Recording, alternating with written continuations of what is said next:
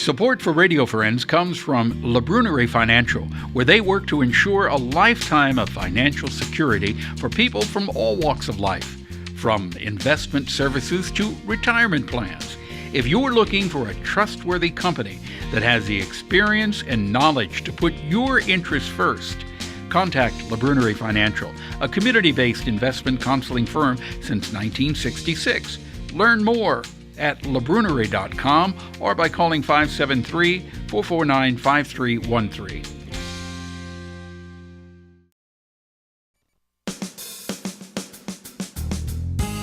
Good morning and welcome to Radio Friends on Monday, May the 27th. We have JOAN STACK with us with the State Historical Society.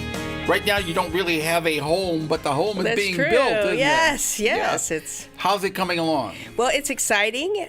People who live in the Columbia area will have seen it going up on the corner of Elm and 6th Street. Yeah. And now, you brought some pictures along for people watching on the internet or on television. You can see, but for listening on the radio, why don't you describe what we're looking at Well, here? I brought two pictures of the building, architects' renderings, and they point out an important aspect of the society, which is that we serve both the community of mid-Missouri and the entire state. There are, of course, institutions. We have branches in St. Louis, Kansas City, Raleigh, Springfield, but our central branch is here in Columbia, and we serve the whole community of mid-Missouri, but we also serve the campus of the university with resources for researchers, et cetera. So I've got the image of the side of the State Historical Society, the facade that faces the town. I like all the glass that's in there. Yes, it's beautiful, and it's got a stone facade.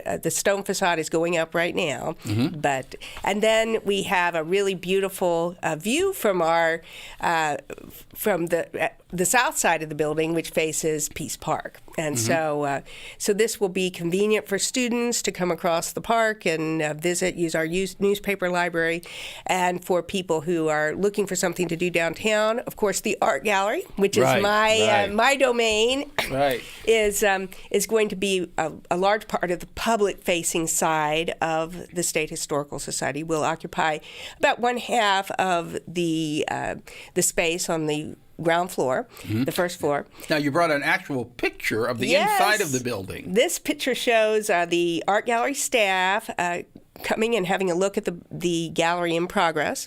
And we will have movable walls, so it's a big open space, but we are going to have much higher ceilings. It's going to look like a gallery space in a big city, if you've been to a big museum. Nice. So it's going to be a much more prestigious looking space to do the paintings justice, the Thomas Hart Bentons, the George Caleb Binghams, these nationally famous Missouri artists. And then talk about nationally world famous Missouri people. I've got the commissioned portrait here. Yes, this portrait of Harry Truman and his family. And there's an interesting story behind that was actually commissioned for the State Historical Society of Missouri with excess funds that they had left over from the inauguration of Harry Truman, which happened in 1949. And they had a little money left over, so they commissioned his official portrait painter, Greta Kempton, who was a woman artist, to do a special portrait of Truman with his family. And so it's an interesting image, a little bit different from what we usually see, because we see him interacting with his wife and daughter. When I'm looking at this one, Bess Truman, the First Lady, looks a little bit younger than the pictures that I remember seeing her. Yes, I know Greta Kempton, who apparently always painted the portraits in evening dress to kind of inspire her sitters to look their best. And she probably flattered Bess a little bit in this portrait. It's a very elegant portrait. Oh, very, very nice. So this will be on display. Yes, that will be on display during our grand opening. And I should say when that's going to happen. That's going to be August 10th.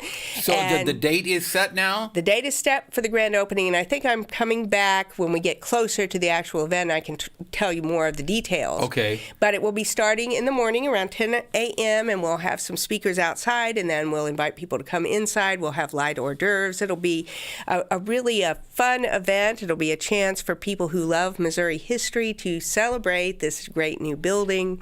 Now, what are you the most excited about in moving into this new building? I guess the idea that that we're going to better be able to serve the future generations of Missourians. This is an aspirational building. When you walk in, you feel like you're somewhere special. It's an impressive space, and it, I think, makes people think about Missouri history and the importance of of having a facility where in one place you can look at old newspapers, you can look at our library, you can study manuscripts, you can look at the cultural history and the art, and in a way it's a place to celebrate that. And I think about my children, and that this is a building that will still be there, when they have children. Right. Hopefully that building will be there for hundreds of years. Yeah, so it's an exciting move from, a small library space to a real building that celebrates Missouri history. We talk about it as a confluence of all kinds of different ideas. Yeah. Are you at all nervous about this? Oh, of course. It's new things, but those things are always exciting. They're challenges. I've got to pack up my office and get ready to move, and it's coming up pretty soon. We'll be moving the art probably maybe the beginning of next month. We'll be moving in the artwork. I think we were talking about this briefly. Moving that artwork, even though it's just moving in the same town, it's a pretty big deal, isn't it? Yeah, I mean, you don't just pick up a picture and throw it in your car and drive over to the next location and put it in. Yeah, I mean, if you're familiar at all with our collection, you will know that we have multi-million-dollar paintings by George Caleb Bingham, Thomas Hart Benton. So how do you move something like that? Well, you have to move it very carefully. We have professional art movers who work they're actually from Kansas City, and they work a lot with the Nelson Atkins Museum in Kansas City, and they will very carefully crate the works, or some of them will be soft-packed, but protecting the face of the oil paintings, handling it very carefully and with great consideration to the care of the artworks. So all of the moving of the artwork is done by professional movers. That's right. Nobody at the museum or the university is just going to go over and pick up items and start moving them over. It's not going to just be your average movers. So this will be people who move art for a living, and we will be supervising it. I believe the collections manager will be there at the society, making sure everything gets packed properly. I will be driving in the truck with the movers, and then finally when they go in, You'll be driving in the truck? Well, I won't be driving the truck. I will be sitting in the truck with the drivers as they move it from the society to the new building, and finally... Just to make sure that everything is okay. Yeah, to make sure everything's safe, and then we'll have another member of staff who will be there, our assistant that's preparator. Interesting. Well, I know you've got a very, very busy summer coming up here. I wish you the best of luck with the move, and we'll look forward to that grand opening on August the 10th. Yeah, and I will be back to tell you a little bit more about that in August. Sounds good, Joan. Now, don't overwork yourself this summer. Okay, I know you're excited, but don't overdo it, all right? We're out of time for today. Tomorrow, we're going to talk about Maplewood Barn and MU Healthcare Mental Health Awareness Month. If there's something that you would like to hear or see, I would love to hear from you. All you have to do is drop me an email. That's pepperp@missouri.edu. And mark that date, August the 10th, for the grand opening of the State Historical Society. Bye-bye.